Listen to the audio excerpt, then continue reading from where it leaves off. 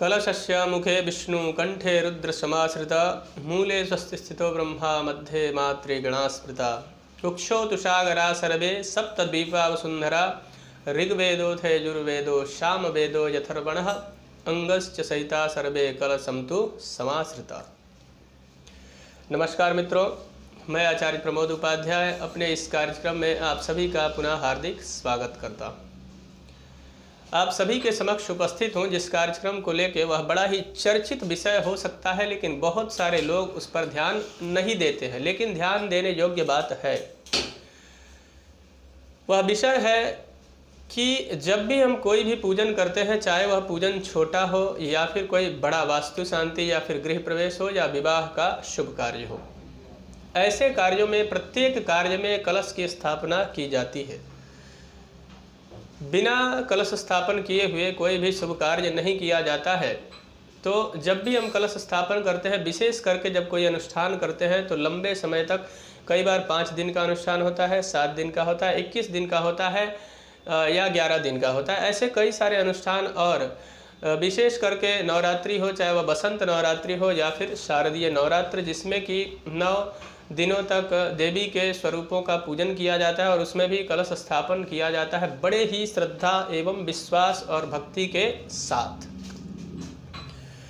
तो कलश स्थापन तो तमाम सारे भक्त करते हैं और अलग अलग रूपों में देवी देवताओं की उपासना करके मन चाहा वर प्राप्त करने की कामना करते हैं और ईश्वर की बड़ी कृपा होती है जिससे उनको वह प्राप्त भी होता है।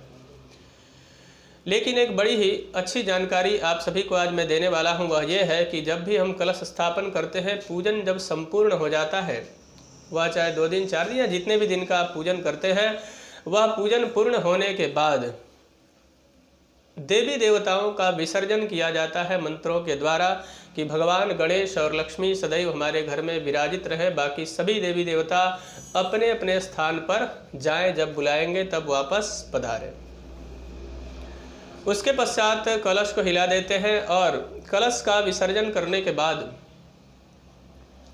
जब भी कलश के ऊपर जो नारियल रखा होता है, नारियल को बहुत सारे लोग या फिर बहुत सारे ब्राह्मण लोगों का भी कहना है या बहुत सारे लोग राय देते हैं यजमानों को कि आप जाइए और इस कलश का जो नारियल है, जब प्रश्न होता है यजमान की तरफ से कि इसको क्या करना चाहिए, तो कई सारे ब्राह्मण भी कहते हैं कि ले इसको तोड़कर आप प्रसाद वितरण कर सकते हैं। तो मैं आपको बता दूं कि बहुत सारे कामनाओं के साथ अपनी आदि व्याधि कष्ट दुख इत्यादि निवारण हेतु आप देवताओं का आवाहन और स्थापन उस कलश पे करते हैं, तो उसमें सारे देवी देवता समाहित तो होते हैं, वापस आप उनको अपने अपने स्थान पर भेज देते हैं। लेकिन नियम कहता है, शास्त्र कहता है कि उस कलश के नारियल को आप कभी भी फोड़कर उसका प्रसाद न बांटें या उससे जुड़ी हुई जो भी वस्तुएं हैं उनको विसर्जन करना चाहिए, जल में उसको प्रवाहित करें। इसलिए हमेशा ध्यान रखना है, अन्यथा बहुत सारा लाभ के चक्कर में बहुत सारा नुकसान भी आपको उठाना पड़ सकता है। इसलिए आप जब भी कोई भी पूजन करते हैं, उसके अंत में जब भी विसर्जन का कार्य होता है, निर्माल्य चीज़ें होती है, चाहे वह पुष्प हो, अक्षत हो या और भी बहुत सारी सामग्रियां होती है, उनको विसर्जन करने के लिए हम जल में प्रवाहित करते हैं। उसी कड़ी में कलश पर जो नारियल हम रखते हैं उसको या तो विसर्जित कर देना चाहिए, और बहुत ज़्यादा अगर इच्छा है तो आप उसको तोड़ के प्रसाद तो बिल्कुल ही ना बांटें। आप एक लाल वस्त्र में, लाल कपड़े में बांधकर और उसको अपने घर में लटका सकते हैं या फिर मंदिर के आसपास में रख सकते हैं। यह आपके लिए काफ़ी हद तक लाभदायक सिद्ध होगा। लेकिन विशेष करके प्रयास यह हो कि कलश पे जो नारियल रखा है उसको हम जल में ले जाकर प्रवाहित कर दें।